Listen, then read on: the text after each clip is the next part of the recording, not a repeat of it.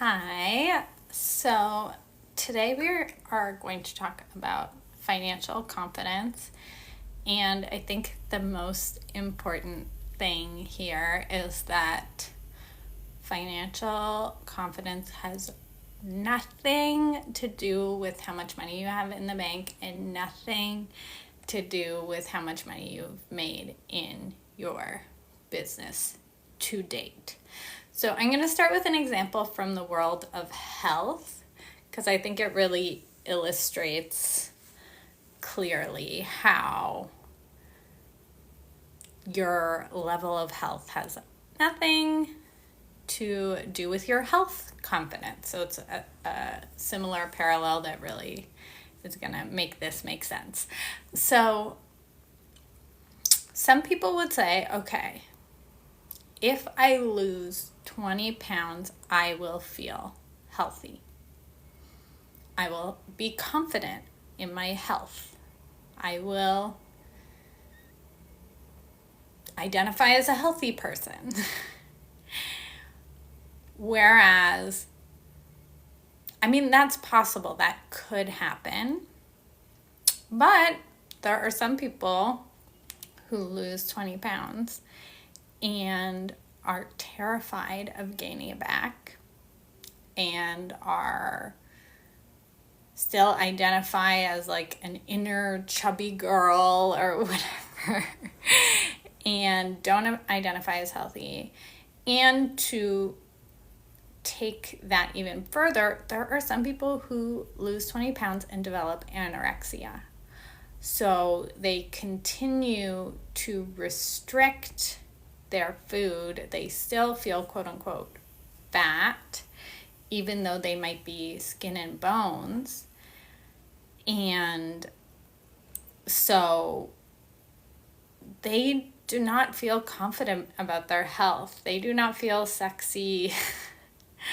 They have sometimes body dysmorphia and are very hard on themselves for their looks, even though they've already lost 20 pounds that was going to make them feel better. They thought initially it was going to make them feel better, feel healthy, feel sexy, whatever they want. So the same thing happens with making money. You could make $5,000 in your business and say, oh my God, I am on fire. I made $5,000. That's amazing. Or you can make $5,000 in your business and be like, I'm a piece of shit. I don't know what I'm doing. It was all a fluke. I don't think I'll be able to make $5,000 again. I think it was just a fluke of the universe. And I'm never going to make that money again. And I know this one personally because in my business, I remember this was years ago, but being in a business group with this person who had made $30K in their business. And I was like, oh my God, if I make $30K in 12 months, I will never question whether I'm an entrepreneur or not again. I will just be so confident. I'm going to have to charge HST. My business is going to be a real business. And I am just going to feel like a badass. And then I made $30K in my business in 12 months. And then I started beating myself up for not making $100K. And then I made $70K in 12 months in my business. And still I'm like, I don't know what I'm doing. Sometimes this is all a fluke. I'll never be able to make $70K in 12 months again. The neurosis continues. And I have a friend right now who's making $150K, which I haven't hit that milestone yet. And I'm like, oh, when I make $150K, I'm going to be so confident. I'm going to feel like a badass entrepreneur. I'm going to know what I'm doing. And guess what? She has similar thoughts to what I have, where I don't know if I'll be able to repeat it, or maybe I'll be able to repeat it, but I won't be able to hit my next milestone. So you can build your business to $1 million or $1 billion and still not feel confident, safe, secure. And a lovely example of that, of course, is Elon Musk. And Tesla's stock dropped and he is like crying on Fox News about it. That's not financial confidence, and he is a billionaire. And he's still in the neurosis. Or you can build financial confidence now with whatever, even if you've made $0 in your business, you can build it now. You do not have to hit a certain milestone. And unfortunately, I wish the milestones would just give you confidence, but they don't. So just the way an anorexic is continuing to try to lose weight, even though they have probably hit their past weight goals, they still don't feel confident in sexy and everything that they wanted. The same thing applies to hitting money goals. Hitting a certain goal does not give you confidence, but there are 3 ways you can develop financial confidence wherever you are in your financial journey. If you're in a ton of debt, you can use these tools today. If you've made $1 million, you can use these tools today. It's about developing the confidence wherever you are. So, tool number one is success evaluations. I learned this concept, this process from my business coach, Simone Soul, who I highly recommend. She has a podcast. Follow her on Instagram. She is amazing. And a success evaluation is when you do make money, you get really clear about what you did to make it. Because I know for me, when I started my business, every time I made money, I was like, it's a fluke. I got lucky. It was a referral. I was not confident in the money I was making. I was saying, oh, it's just luck, or I'm just privileged, or whatever. So I had to do work on my confidence. And at that time, I did not have packages. People were paying session by session. So they would book one session with me, pay for one session. And one of the things my business coach at that time said to me is like, why do you think they come back next week? Even if it was a referral and you quote unquote got lucky because a friend referred you, why does she keep coming back? She doesn't have to come back. She paid this week. She had her session. She books another session next week. She comes back next week. She pays next week. Why is she coming back? What are you doing that is making her want to pay you a substantial amount of money every week? Even when I started, I think my first price was like $30 an hour, and then I raised it to $50 an hour, but like, which is quote unquote low in the coaching therapy world. But for a regular human, paying even $30 a week or $50 a week, like that adds up. It's like, $120 a month or $200 a month. And, some people feel like they can't afford a streaming service that's $15 a month. So someone paying you $200 a month is huge, and you are making that money. So even if you've only made $2 in your business so far, you need to do a success evaluation on there's always luck involved. Every time you make money, there's luck involved. Let's say it's 50% luck. I'm fine with that. But 50% is what you did as a salesperson, as a marketer, as a product designer, as a service provider. So what is your 50% of that?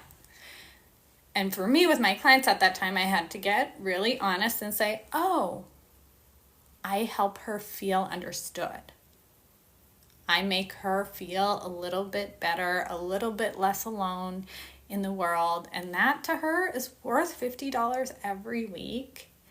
And she keeps coming back. And that's pretty freaking cool. And like, oh my God, I did it. oh my God, I provided such good service that she wanted to come back next week and pay another $50 next week. That is so cool. I created that. So every time you make money, you want to get really clear about how you made that money, what you did, what was your 50%, how did that person find you, but what did you do? What did you do in the initial conversation, or what was the Facebook post that led them to finding you if you had to guess? And get really clear on how you created that money, because that is going to help you to feel confident that you can create more, because you're going to know what you did, as opposed to what I was saying to myself before, which is just, it's all flukes. Fluke. Every client that comes to me, it's a fluke. They want to come back, it's a fluke. Which is just a lie. Okay, here's the number 2 way to develop financial confidence. And this is something you can do if you have made $0 in your business or if you've made $1 million. Doesn't matter.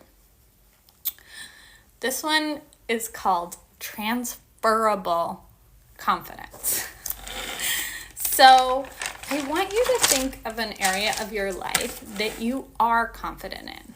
Maybe you are married and you love your partner and you feel confident in your marriage, in your relationship. You dated, you found someone, you're happy, and you feel confident.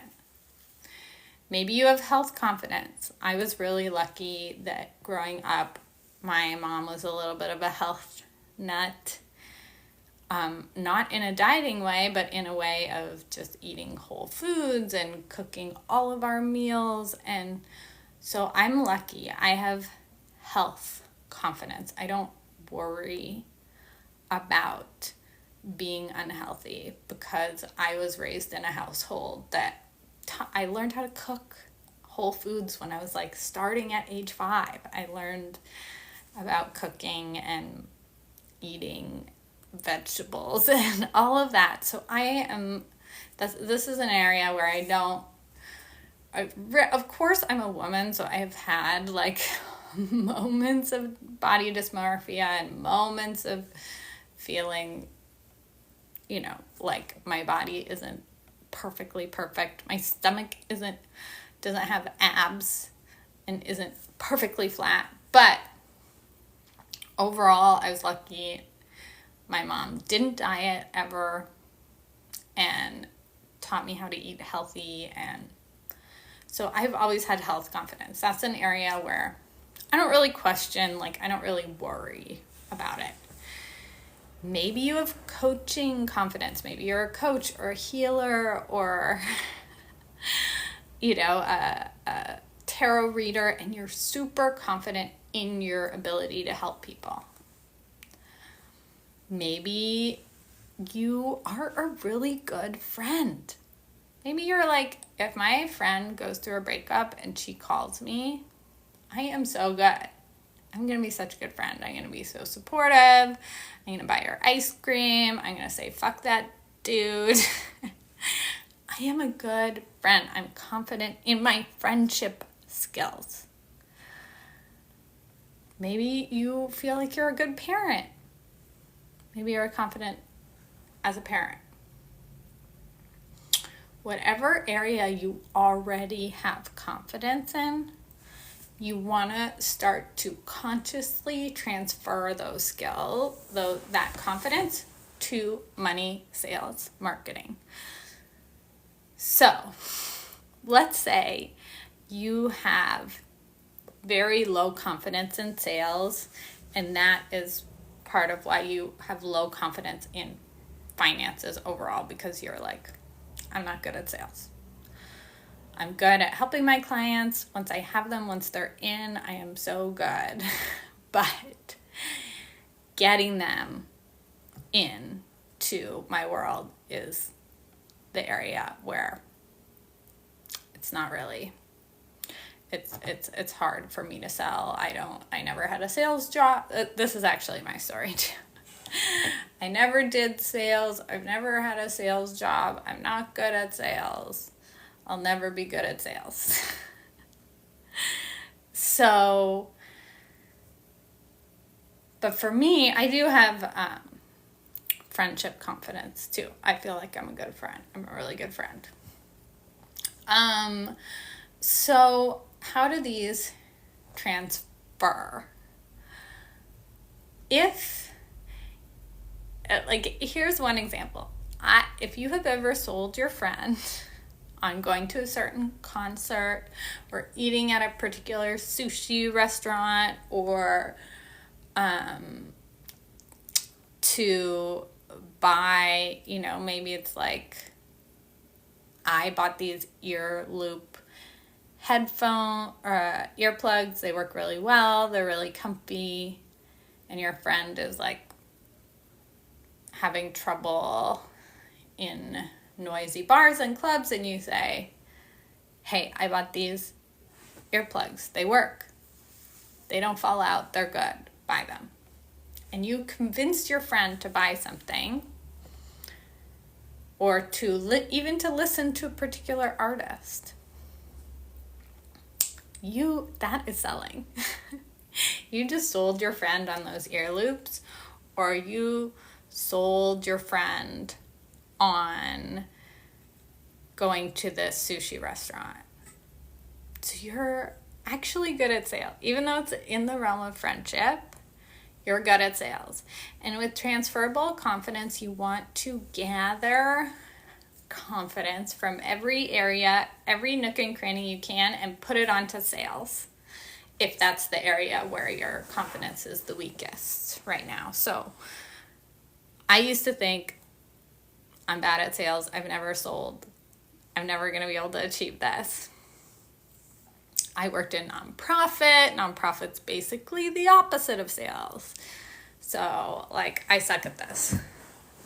Now what I think is, when I was in nonprofit, I was really good at writing grants and getting grants. And getting grants is just selling. It's just selling the funder. It's 100% transferable. I've also always had good confidence in job searching, resume writing, cover letters. And so even at the start of my business, I was always like, I can always get a day job. I could always apply and get a day job. And now what I think about that is, I'm good at cover letters and resumes. I'm good at selling myself. That's what a cover letter and a resume is. It's just selling yourself. So I am good at sales. And then to transfer my health confidence, I told you before, I already had good health confidence growing up. I would think things obviously I have times where I don't eat well for a week, and then I'm craving sugar all the time. And I could go, oh my God, my health is deteriorating, and this is a huge deal, and I'm gonna be super unhealthy, and I'm gonna get diabetes. And but because I already have health confidence, I just think, maybe I'm gonna try not to eat sugar for 7 days, and I'm gonna try to eat more vegetables for 7 days, and I'm gonna get back on track. And when I transfer that to money or sales, then it's if I lose money, or I'm have a goal to get 2 new clients this month and I get 0, the transferable confidence of that is, so what's the vegetable of sales? Maybe the vegetable of sales is tuning into my intuition, thinking about who is already in my network, who's already around me, but I would love to work with, and sending them a message saying, hey, I love your vibe. I would love to work with you. Have you ever considered that? Maybe that's the DM I need to send. And so I say, I'm going to get back on track. For 7 days, every day, I'm going to send one DM. I'm going to eat vegetables, which is I'm going to send one DM that says, I'm going to tune into my intuition, who's already in my orbit that I would love to work with. And I'm just going to say, I would love to work with you. Have you ever considered working with me? Is that something you're open to exploring? Most of those people are going to say no.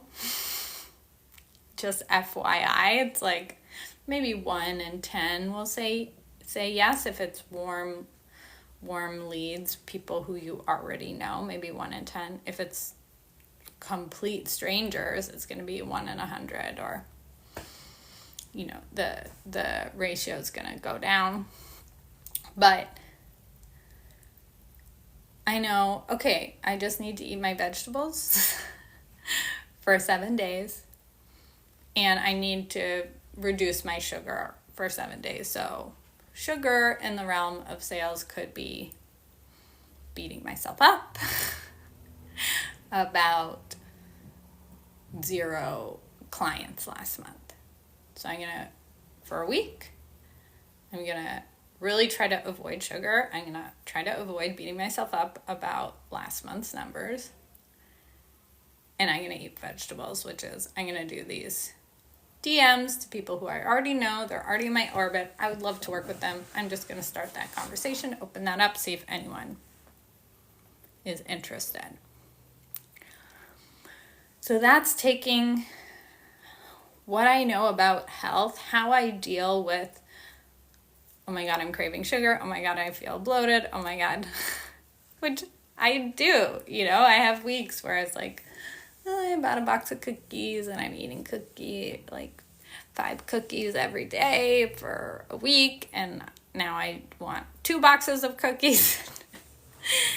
And that's how I get back on track. So I'm taking that knowledge and confidence and skill set that I already have, and I'm transferring it to sales. So the question for you is, what is an area you already have confidence in? And which parts of that are transferable to sales or to financial planning or wherever you feel your confidence is low in the money world right now? Okay, step 3 for developing financial confidence is inner satisfaction.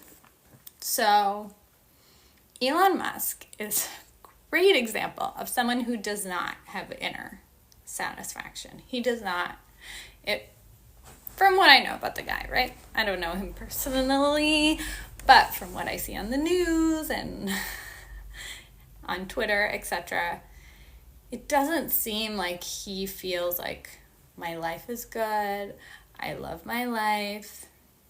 Whether the Tesla stock goes up or goes down tomorrow, I'm going to be able to take care of myself and my kids and my loved ones, and I'm going to be able to enjoy my life. This is a part of financial confidence. It's knowing, like, if shit hits the fan, I can deal with it, but also, like, my life is pretty great right now, and I do want to become a feminist millionaire. That's true for me.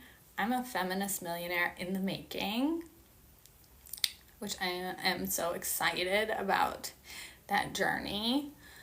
But I have an inner satisfaction where right now I live in this beautiful home. I live downtown Toronto.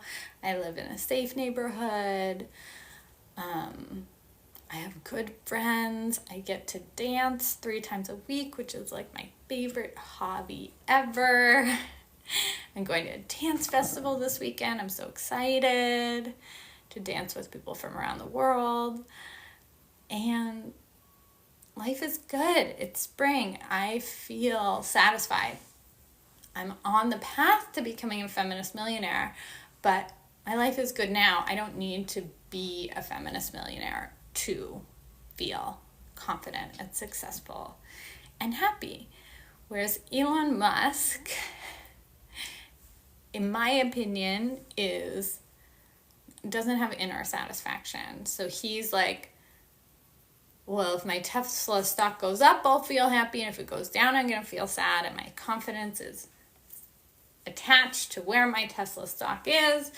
And he's doing the thing that I used to do with my business, where it was like, he's probably like, well, when Tesla stock hits this number, I'm going to feel confident. But then it hits that number, and then that number gets normalized, and then he just sets a higher number, and he still doesn't feel confident. So you want to develop your inner satisfaction. You want to love your life today.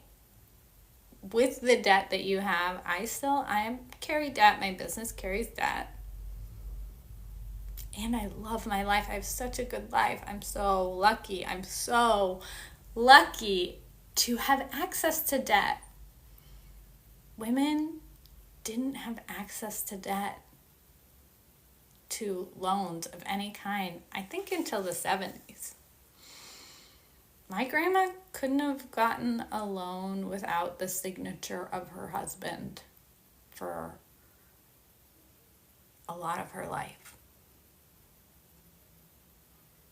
I got to get a line of credit and I got to borrow money from my family, and I got to invest it in business programs that are meaningful to me with leaders who I want to learn from, and invest it into things that are taking care of me and are going to create, that are part of this journey of becoming a feminist millionaire. I get to take these courses and apply them, and that's what's going to get me there. And my grandma, when she was 37, which I'm 37, couldn't have done that.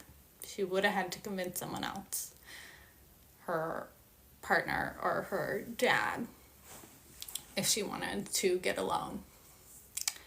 So cool. And so lucky to have debt.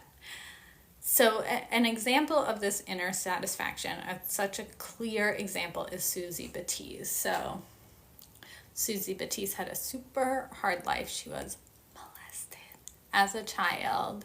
She was married, divorced, and bankrupt by the age of 21. She then got remarried. It was a super abusive relationship, and she had kids with this person, and she had to get her kids out sleeping with the enemy style, get them out of that situation.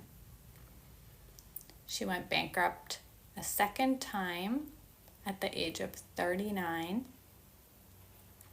and after her second bankruptcy, she started to do some deep healing work. She found Byron Katie. She started to apply loving what is, which is kind of like, that's essentially what inner satisfaction is. It's a loving where you are in your life now. She started doing that. She stopped drinking as much. She was drinking like a giant bottle of wine every night. She was able to, through the loving what is work, to stop doing that. She was meditating. She was listening to Gangaji. She was like developing this inner satisfaction. She got some day job that was like not that exciting, but that she was good at. And she found this inner satisfaction where she had a kind of okay day job, but she was meditating and she was doing all this inner work, and she felt peace. Before that, she thought money would give me peace, and that's why she was making these crazy business moves and going bankrupt multiple times. And so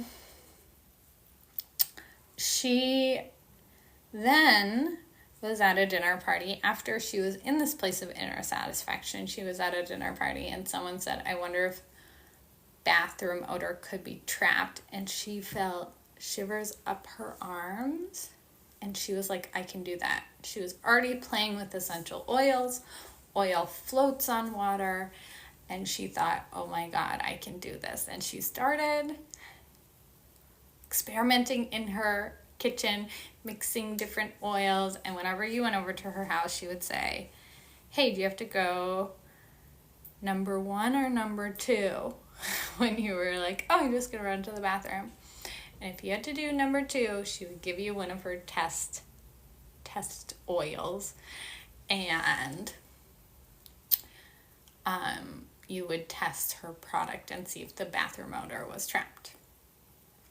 And her husband at the time came out of the bathroom one day and said, oh my God, we're going to be rich. This one worked. This formula worked.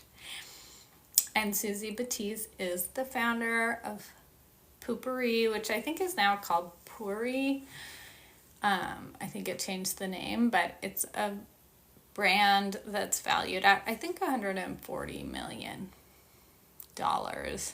And she runs her business in part, she goes on ayahuasca retreats and she gets downloads and she brings those to her company.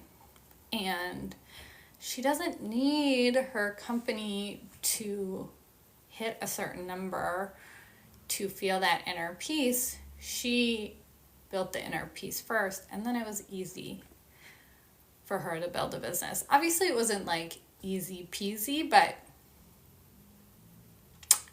she stopped going bankrupt and she followed an idea that truly came from tingles up her arms, from her intuition. And her intuition guides her business to this day, and she's happy. She's confident. So the third step for financial confidence is developing inner satisfaction. And you can do that in so many ways, right? You can do yoga, you can do meditation, you can do loving what is, you can follow the teachings of your church, there are so many pathways to develop that inner satisfaction. You could gratitude journal. I came for gratitude journaling a little bit in a different TikTok, but gratitude journaling works. If it works for you, work it. So step 3 is developing that inner satisfaction. So you're not demanding, the way Elon Musk is, that your stock price brings you peace or satisfaction. Because that's not confidence. That's not wholehearted feminist money making. So if you want to go deeper on these concepts, I am opening a feminist millionaire portal in May. I am so excited. May 12th, 14th, and 28th at 8 p.m. Eastern time. There is going to be sessions where we're going to go deeper on this financial confidence thing, and you're going to get even more detailed instructions on how to develop this continuously, because for the 3 steps, if you do them once, it's going to help, but it's not going to create the shift. All of these steps, it's really about doing them consistently. You know, for my sales confidence, I've been in business I think 6 years. And when I started, I was like, I suck at sales. And now I'm pretty good at sales. I'm kind of a sales badass. But it has been 6 years of transferring those other skills, doing success evaluations, developing my inner satisfaction to come to this place that I am now. So come to the Feminist Millionaire portal opening. I'm going to include the link to sign up for that in the description, and it's gonna be pretty cool. It's gonna be pretty incredible, and you'll have a chance to ask questions about your particular financial struggles or whatever's blocking your financial confidence in particular. So definitely come live if you can. You will get the recording if you can't make it live. So let's go. Let's create more feminist millionaires. If you're still watching or listening, you are meant to be one of them. So let's go.